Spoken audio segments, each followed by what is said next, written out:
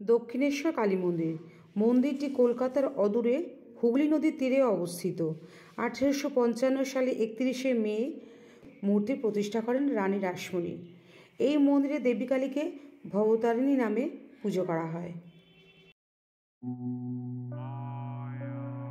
বন্ধুরা, আজ আমি দক্ষিণেশ্বর কালী মন্দিরের ইতিহাস ও নানা অজানা তথ্য এই ভিডিওতে শেয়ার করব।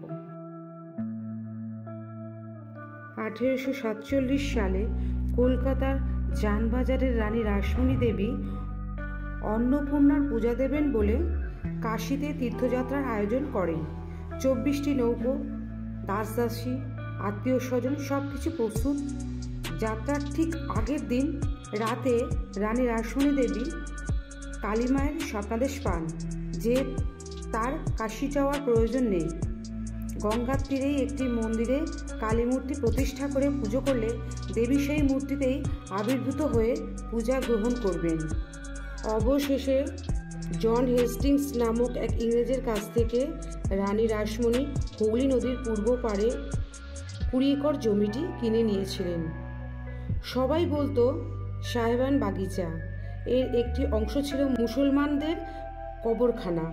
জমিটি দেখতে কচ্ছপের পিঠের মতো, তাই তন্ত্রমতে স্থানটি শক্তি উপাসনার জন্য উপযুক্ত বলে বিবেচিত হয়। 1847 সালে এই বিরাট মন্দিরের নির্মাণ কার্য শুরু হয়েছিল আর 1855 সালে এই মন্দিরের নির্মাণ কার্য শেষ হয়। খরচা হয়েছিল প্রায় 9,25,000-এর মতো। 100 ফুটেরও বেশি উঁচু এই নবরত্ন মন্দিরের গর্ভগৃহে সহস্র পাপড়ি রৌপ্যপদ্মের উপর শায়িত শিবের বুকে দেবী কালী দাঁড়িয়ে আছে। একটি পাথর দিয়ে বানানো হয়েছে এই কালীমায়ের মূর্তি। তবে মন্দির উদ্বোধন নিয়ে বেশ কিছু সমস্যা দেখা দিয়েছিল। শোনা যায় দক্ষিণেশ্বর মন্দির উদ্বোধনের নিমন্ত্রণের চিঠিতে রামকৃষ্ণের দাদা রানীর প্রতিনিধিদের বলেন, রানীর কৈবর্ত জারি, তার নিমন্ত্রণে ও দান গ্রহণ করলে তাকে এক ঘরে হতে হবে। রানীর বিশ্বস্ত ও সুদক্ষ কর্মীরা বোঝান রানী কিন্তু কৈবর্ত নয়, মাহেশ সম্প্রদায়ের। শেষ পর্যন্ত রামকুমার রাজি হন এবং ভাইকে নিয়ে প্রতিষ্ঠা দিবসের একদিন আগে দক্ষিণেশ্বরে উপস্থিত হন। সারা দেশ থেকে প্রায় 1 লক্ষেরও বেশি ব্রাহ্মণ নিমন্ত্রিত ছিলেন। দক্ষিণেশ্বরে প্রসাদ গ্রহণ করলেও গদাধর প্রায়ই মা জগদম্বাকে বলতেন, আমায় কৈবর্তের অন্ন খাওয়ালি। সেই সময় গরিব কাঙালরাও দক্ষিণেশ্বরের প্রসাদ খেতে আগ্রহী ছিল না, তাই অনেক খাবার গরুদের খাওয়ানো হতো বা গঙ্গায় ভাসিয়ে দেওয়া হতো।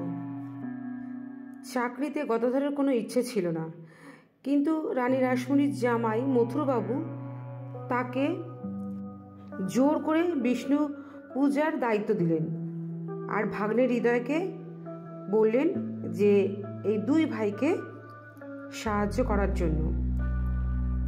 কিছুদিন পূজা করার পর মথুরবাবু গদাধরের পুজো দেখে রানী রাসমণিকে বললেন, অদ্ভুত পূজারি পাওয়া গিয়েছে, দেবী বোধহয় শীঘ্রই জাগ্রত হয়ে উঠবে। নরেন্দ্রনাথ দত্তকে দক্ষিণেশ্বরের কালীবাড়িতে আর্থিক উন্নতির জন্য প্রার্থনা করতে পাঠিয়েছিলেন, কিন্তু আর্থিক সমস্যা দূর করার কথা যখনই বলতে গেছেন মায়ের কাছে, ততবারই কিন্তু তিনি খালি বলেছেন জ্ঞান ও ভক্তি দাও। তিনি কিন্তু আর্থিক উন্নতি মায়ের কাছে চাইতে পারেনি। এই নরেন্দ্রনাথই হলেন পরবর্তীকালে স্বামী বিবেকানন্দ। 1886 সাল পর্যন্ত প্রায় 30 বছর রামকৃষ্ণ এই মন্দিরে পূজারী ছিলেন। তার অবস্থানের কারণেই কিন্তু এই মন্দিরটি আজ তীর্থক্ষেত্রে পরিণত হয়েছে। তার সহধর্মিণী সারদা দেবী মন্দিরের বাইরে নহবতখানায় থাকতেন। এই নহবতখানায় এখন কিন্তু মা সারদা দেবীর মন্দির। মূল মন্দিরটি নবরত্ন মন্দির। মন্দিরটি বঙ্গীয় স্থাপত্য শৈলী নবরত্ন স্থাপত্য ধারা নির্মিত হয়েছে। মন্দির দক্ষিণমুখী একটি উত্তোলিত দালানের উপর গর্ভগৃহটি স্থাপিত। এই দালানটি 46 বর্গফুট লম্বা এবং 100 ফুট উঁচু। মূল মন্দিরের কাছে কিন্তু 12টি 8 চালা পূর্বমুখী শিব মন্দির রয়েছে। গর্ভগৃহে শিবের বুকের উপরে দাঁড়িয়ে আছে মা ভবতারিণী। দুটি মূর্তি আরেকটি রূপোর সহস্রদল পদ্মের উপর স্থাপিত। গঙ্গার একটি ঘাটে দুই ধারে এই মন্দিরগুলো দণ্ডায়মান। মন্দির চত্বরে উত্তর পূর্ব রয়েছে বিষ্ণু মন্দির আর দক্ষিণে রয়েছে নাট মন্দির।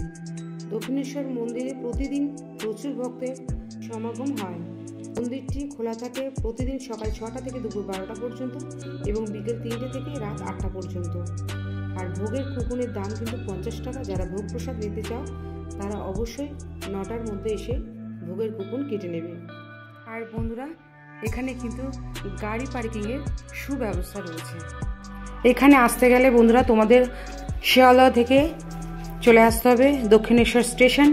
দক্ষিণেশ্বর স্টেশনের গায়ে কিন্তু রয়েছে এই দক্ষিণেশ্বর কালী মায়ের মন্দির। বন্ধুরা, আজকের এই ভিডিওটা যদি তোমাদের ভালো লাগে তাহলে অবশ্যই লাইক, কমেন্ট, শেয়ার এবং নতুন বন্ধুরা সাবস্ক্রাইব করে দিও।